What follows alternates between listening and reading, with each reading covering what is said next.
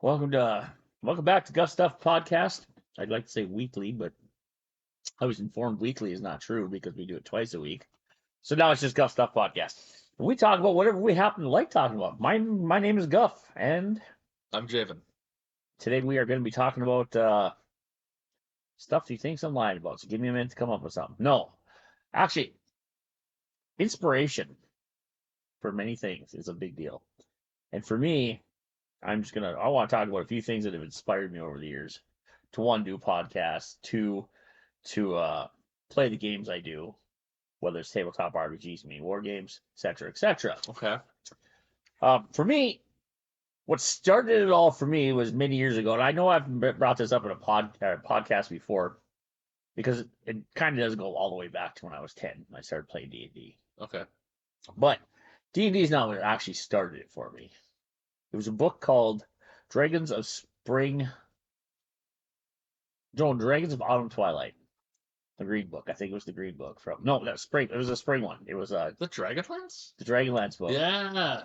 That inspired me Yeah. to even want to try it Right. because we were on a school trip. We went to this town, bigger town, about an hour and a half away. We went and seen, at the Air Force base there. We went and seen like a little air show for the kids, and Right. we got to play in the B-17 bomber, and Hell yeah. afterwards we got to go to the mall. And we all had a little bit of money in our pockets because we were told to bring some money with because we're gonna have a little time to go buy souvenirs and stuff. And I saved up my money for the mall because I knew I was gonna get a chance to go to a bookstore. I just wanted to buy a book, and at the time it was gonna be, some choose your own adventure book. But I found this big, fat, thick book that I hardly could read because I was like maybe fourth, fifth grade. I don't know. I don't remember. I know I was right around 8, 9, 10, somewhere in there. But it was just like, and the teacher's like, "Are you sure you want to buy that book?" I'm like, "Uh-huh." It took me forever to read through it because I had to look up half the words in a dictionary. But I tell you what, you read through that, I was inspired to read more, or get into RPGs, which in turn inspired me to do a lot more with my life. One, RPGs got me into learning how to play with other people in a game setting. And then that in turn got me to go to college and got me into drama in high school, got me to speech because all that stuff. I don't know, it's kind of weird how it's all related, but it really is. It was just chained off each other. And yeah, and even open a game store. Because if I would have had the opportunity to be in a game store when I was a young guy, I would have been a happy young guy. I mean, not that I wasn't happy, but I might be the guy making the next AAA title, like we talked about in the last podcast. Maybe it's the AAA indie guy. the AAA tabletop RPG. So that was my first inspiration into this whole world was literally Margaret Weiss and Tracy Hickman and Dragonlance. And it wasn't even the first book of the series. It was like the third book. Third book, yeah. Yeah, it was the third book of the series. Because I didn't even know at the time that there was series of books. All I knew is you read the books and you chose your adventure, and I thought that's what I was doing, is buying a big old choose your own adventure. So anyway, do you have any inspirations that may have got you into any of it? Yeah. What would that be? Well, I always played board games when I was younger, like a lot, like Monopoly, Risk, blah blah blah blah blah. Right. But the book it was a book, ostensibly. It's always a book. Yep. Books typically spark the biggest revolutions. They do. I read The Hobbit in like 4th or 5th grade. Oof. Sure, I thought Dragonlance was hard. Yeah. I would have died if I'd have read The Hobbit. My poor little brain would have started smoking. That'd have been it. Yeah, I always read I read way above my age level. Yeah, no, that's when they had the programs that were like, oh, you can read this. Right. I had it maxed out by the time I was in 5th or 6th grade. I could just read whatever I wanted in the library. Yeah, it probably took me past once I read Dragonlance. That was probably a year though. It took me to go through that. My comprehension, I don't think it was because I was smart. I think it's just because I read a lot. Right. And so yeah, the first true traditional fantasy book that I read was The Hobbit. Right. And that's what got me into the concept of like orcs and elves and goblins, and I'm like, okay, well, this is pretty neat. You know, the Right. second chapter is really where that book opens up, where they fight the trolls Right. Yeah. No, that's and yeah. Gandalf makes them argue until they turn to stone in the morning. It's like Yeah. it's just it's such a like, and so that's kind of how I've always carried with me. And I was a late bloomer to D&D, to be honest, because I Right. didn't start playing until I was probably 17, 18. Right. Yeah. I was into D&D quite early, but the whole like. I never played in my best friend's mom's basement when I was like a kid. Right. No. Yeah. That's just not something we Yeah. did. We played in. We were outside on bikes and Yeah. Oh yeah. We did too. But during those times, well, of course, when you live up here, sometimes it gets a little cold. But we had neighbors and we could go through the woods. But we lived in a trailer court and we could go through the woods to get to the guy's house. The older twins. They're twins. Two twin brothers that got us into it. And we could go through the woods to get to their house. So we take our sleds to the woods, get to their house, go up through the backside. Because they lived in the same hill we did. right. So we just went through the back of the woods and we go over there, sneak over there and play on the weekends and stuff. And we didn't get to play a lot, mind you. It was once every couple weeks or whatever. But that got me into pretty much everything as I would consider a hobby today. Because when you get that creativity spark, and I know like growing up in Roseau, Warroad, and the areas that we live here, everything's based around either fishing, hunting, or hockey. That that's generally That's the the first big outdoor things, and then hockey. or riding power sports. Yeah, the outdoor things, the players, yeah, the outdoor stuff, and that kind of just is the thing you do. Yep. And 99% of my friends in school, that's what they did. I'd say D&D, they just like. I mean, that's what I did up until I was like 16, 17. Yeah, and there's nothing wrong with that. But for whatever reason, back after reading that book, I got into making models and creating like war scenarios just because I read the book. And I'm just like, and then I read more books. Of course, that didn't stop with just a book. Then my cousin got into the books because he wanted to read that book. Because why is Guff so excited about a book? And it just kind of spread from there. But it got me into all kinds of stuff. I was making models, and I mean, I even tried a wood boat like at the age of 10 or 12, which I never did successfully put together. And it's just kind of just grown on me. I never did models No, ever. now you're doing them though. First model I ever assembled was a Games Workshop model. Oh, you start out. And that was when I was like 19 years old. Right, yeah. And I was like way too like I should have been out doing other things. Yeah. But like Yeah. that's when I got into it. As far as like the whole community tabletop nerdy stuff, I was playing in a band for years, and well, that kind of goes along with the whole game hobby thing. I didn't do it. Right. And then I read a lot of sci-fi. I listened to a lot of like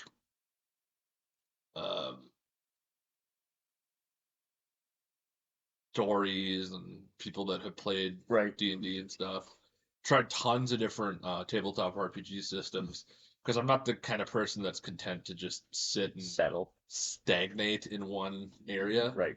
I like to bounce around and like don't get me wrong, I don't mind seeing something through to the end, but I'm not a fan of like dragging out a campaign for 2 years. Well, you drag it out for 3 years and then start a new one, then go for 3 more years. Yeah, that's not you. Oh. Like I could tell the story that I wanted. I like to encapsulate all my stories, right? More or less. I don't like to grab them and stretch them out. I like most of my adventures. I think like The Hobbit, right? Right. Like I like The Hobbit a lot more than I like The Lord of the Rings. The 3-part, right? Because it's not some grand, massive, epic adventure. Don't get me wrong, that has its place. It's cool. Star Wars is great. Right. But at the end of the day, The Hobbit's what I like because, not the movies, mind you. The movies, Peter Jackson, I got words for you. Anyways. I mean, come on. But the Hobbit book, at its heart, was just a journey. It was just, hey, we're going to the mountain. Oh, we got to the mountain. There's a dragon. We kill the dragon. Oh, now everybody wants into the mountain because there's no dragon there. Bilbo goes home. That's the whole book. Right. Like, and it's so sweet, short, and condensed. And it's just like a perfect, like, that's how I like my campaigns to be. Is like you have an end game goal, you achieve it, you do a slight epilogue, and you're done. Right. On to something else. That's just a personal preference. Yeah, no, that's there's nothing wrong with that. And because The Hobbit is the first book I ever read like that, of the grand adventure that wasn't a 12-book long series, it kind of it forms the way that I like to do games because of that. Yeah, no, absolutely. As far as it laid the foundation of, hey, short, precise, to the point, but in depth. Maybe that's why I like long drag-out campaigns. Because there's like 1,000 Dragonlance books. There's a million.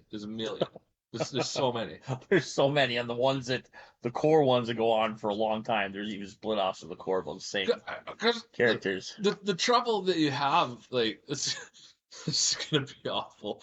But the trouble you have with long campaigns is the same trouble you have with professional wrestling. It becomes a soap opera eventually. Oh, yeah. What's wrong with professional wrestling? I'm just drawing it out. I'm just gonna trigger some people with that. Yeah. So that's why I threw it out there. But yeah, like the idea of these long drawn out campaigns is like it becomes a soap opera, or it becomes really like it's like Dragon Ball Z. Oh, no, I'll see. Yeah. I'm gonna get a lot of hate here. But it's like Dragon Ball Z, where it's like, oh, we killed God with the power of friendship. But next season we're gonna kill a bigger, meaner God with even more friendship. Yeah. And it just creates this like snowball effect of like, well, nobody wins. To be fair, Dragonlance World did focus probably, I would guess, 15 to 20 books on the main characters. Yeah, and I mean, like, don't get me wrong. But they do have tons of books offside. Like they even have a whole series of books on like the guy who forged the lances. Yeah. Like, that was a cool book. Well, and there's nothing wrong with that. Like, I'm a fan of 40K, and that's got way more freaking rules fluff than. Oh. But I like my 40K kind of condensed and boiled down. Right. I like 40K concentrate, not 100% juice, you know? Right. No, I got you. And one of the cool things I liked about the 40K universe, and that's probably one of the bigger influences on how I do sci-fi, has been 40K. Right. That and maybe I'll break it up. Maybe I'll talk about what my sci-fi inspirations were. So 40K was one of the first like grand sci-fis I got into, because I Star Wars was okay and I liked it when I was a kid, but I never got super big into it. Right. I was really like into it as a kid, but like in the way the kids are into 1, 2, and 3 were coming out, right? 1, 2, and 3 came out, yeah. Those are the first real Star Wars movies you were like, here, this is your generation. Because my parents had showed me 4, 5, and 6. Right. I was in love with Star Wars before 1, 2, and 3 came out. Okay, yeah, good. I went through my Star Wars phase. I was a lucky enough kid that during my Star Wars phase, actual new Star Wars movies were coming out. Right. Yeah. No. I was really. I lost my mind. Like it was awesome. And I had all the toys for them and everything. Right. But it just Star Wars never stuck with me, because at the end of the day, 4, 5, and 6 were my favorite movies. You know why I didn't stick with you? I can guess. Why? Politics. Star Wars is just a giant political movie. And I think that you're talking about, and I'm not trying to get you out of balance here. That's why I'm such a probably balance on the side that I do. It started at least.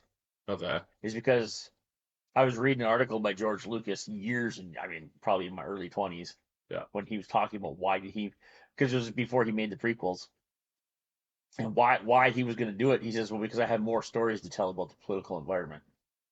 Like, literally just throws it out there. He says, this is a story about good and evil and essentially what our world is going through right now. Like, see, and like, that's cool, but at the end of the day, I just like a story for a story. Oh, no, I do too. Like but it can affect you how you view things. Yeah, but like, a great example of this is Starship Troopers the movie versus Starship Troopers the book. The book was like a backdrop of like fanatical patriotism and like people banding together because Earth was being invaded. Right.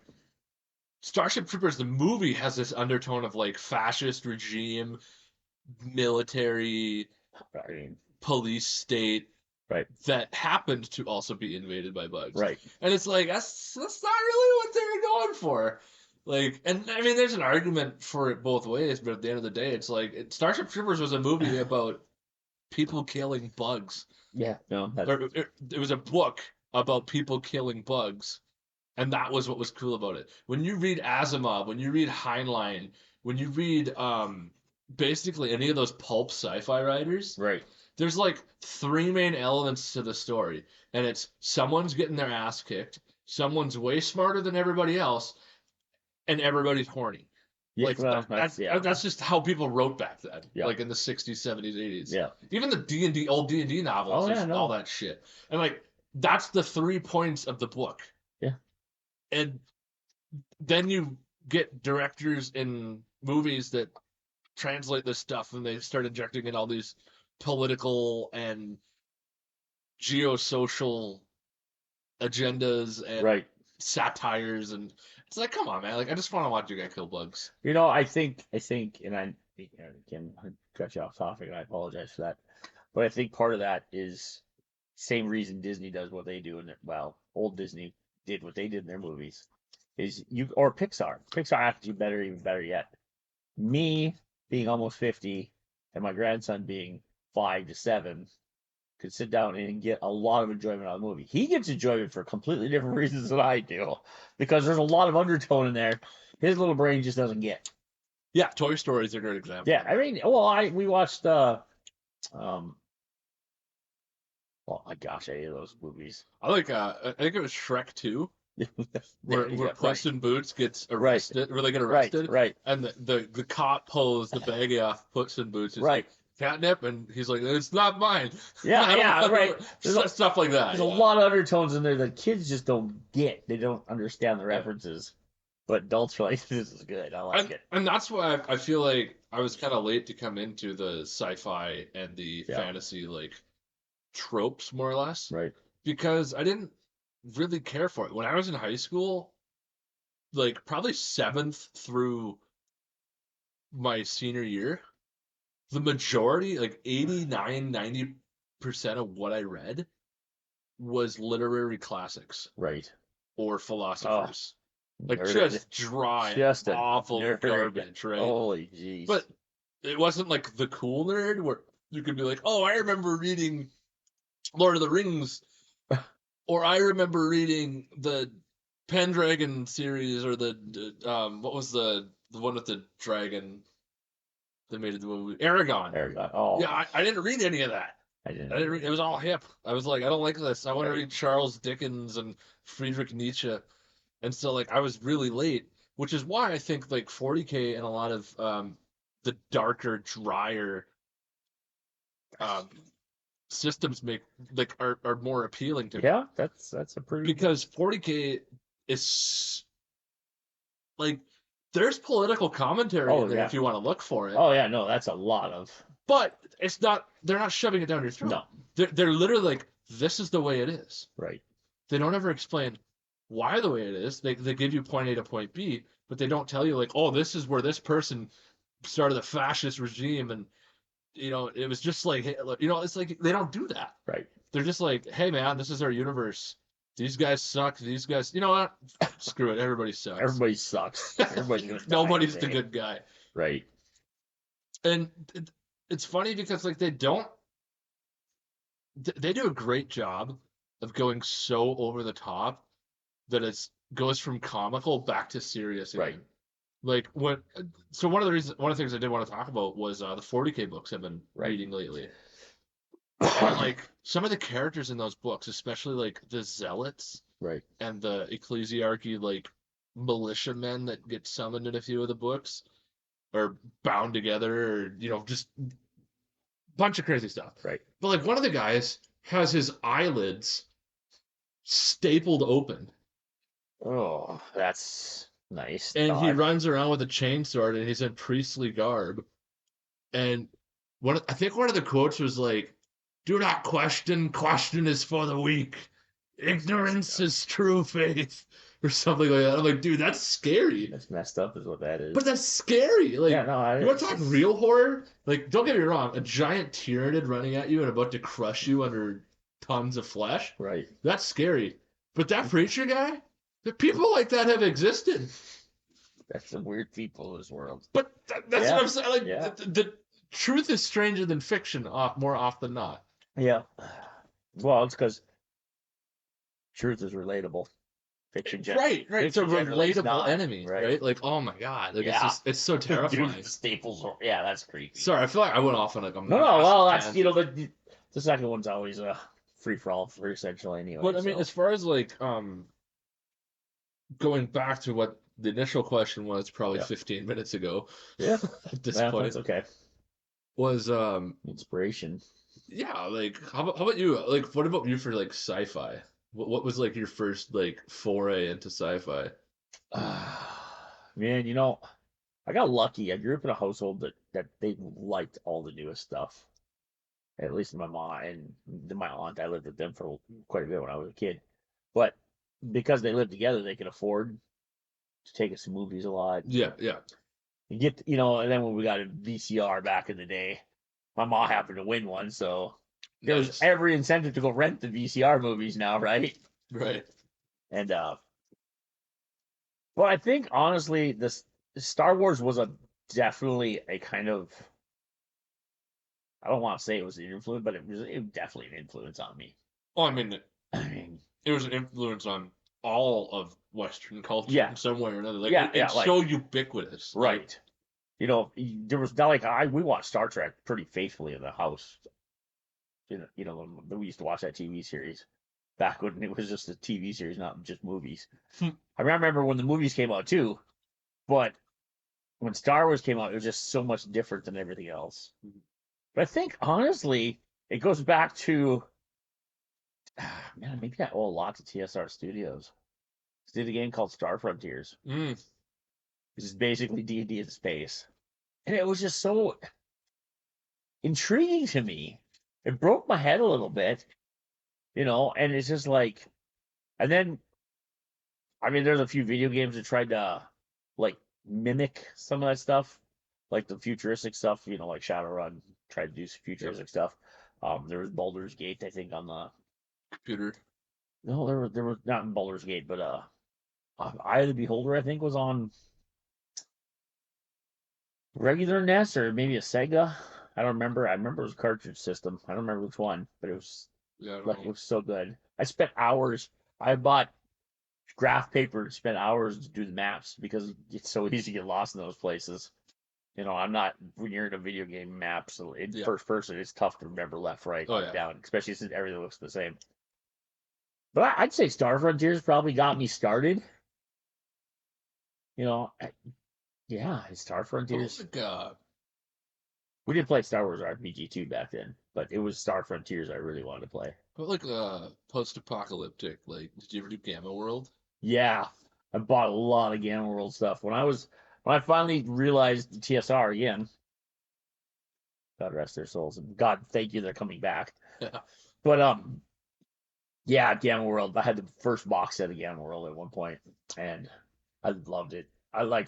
We went through a stage where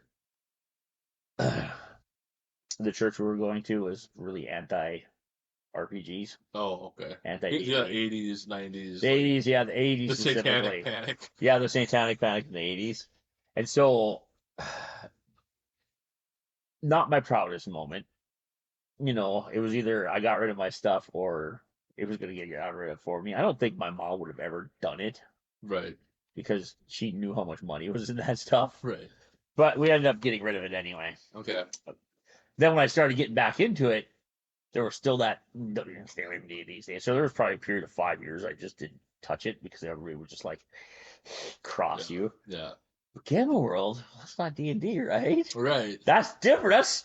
post-apocalyptic. Yeah, that's Mad Max, man. That's what's more American than an right? Australian trying to beat the crap out of a bunch of So we started playing that. Nobody complained. Mm-hmm. There was no devils and demons on the books. I mean, there was a crazy ass looking rooster chicken thing, and robots. Yeah, and robots, but. Yeah, I love Gamma World. And if they could, oh man, if Gamma World came back, I'd be all over it. But they kind of have it. Well, there's a group of people out there that I'm just saying, modded to fit third or Mutant fifth. Crawl Classic is oh my god, it's so good. Yeah, it was good stuff. I like that. Yeah, so you're right. Gamma World did get me too. Yeah, my post-apocalyptic. I don't even know. It'd probably Fallout. Yeah. Fallout 3 of all. That was like the first post-apocalyptic game I played. Right. And it just broke me. I was like, oh my god, what is this? Video games. The whole genre. I'd never even thought about the genre of post-apocalypse. Right. And then all of a sudden it's like, oh, here's Fallout 3.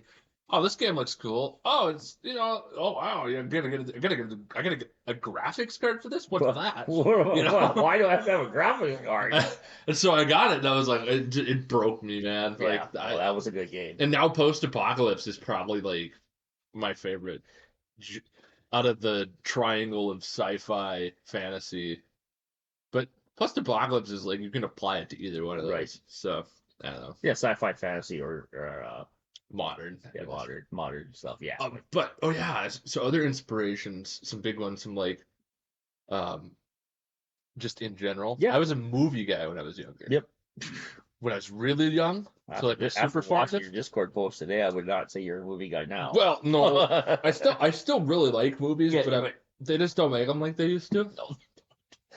I'll probably really enjoy the Dune movies when I watch them. Yeah. But I was like, so Star Wars movies I loved a lot. I can't tell you how many times I've watched the Indiana Jones movies. All right, yeah. Those were hugely influential when I was a kid. Yeah.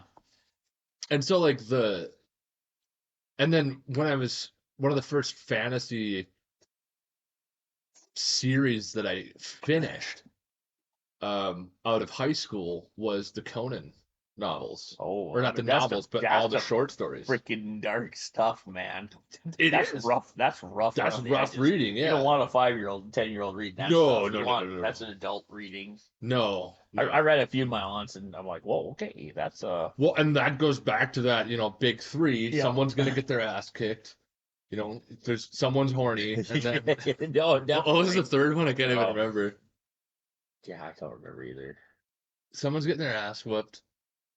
Someone's going to be kicking ass. Yep. And then somebody's horny. That's like 76. Hell, it's like 1920s through 80s. That was a lot of fantasy writing. Yeah. It was good, be it sci-fi or whatever.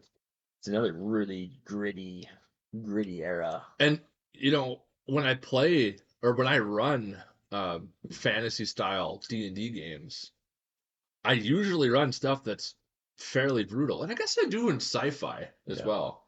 Like Stars Without Number was pretty brutal. That was. Take one bullet, you're dead. Yeah, or give one bullet, and they're or dead, like everything's scarce, Yeah, like you want some blood. Yeah, hey, you want to buy some blood? Like, I don't, and so like that really set the tone. That's the tone immediately. Well, like whoa, and why do I need to buy blood? Do I have to worry about this? I really like that dystopian. My apocalypse games.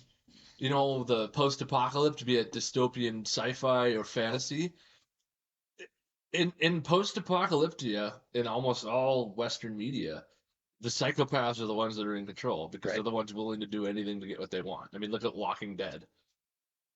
Yeah. Great example. And so, like, I like that narrative because that's how Conan kind of went, too. Right. Was, like, the most psychotic, unhinged dude or dudette was gonna be the one in charge. Yeah.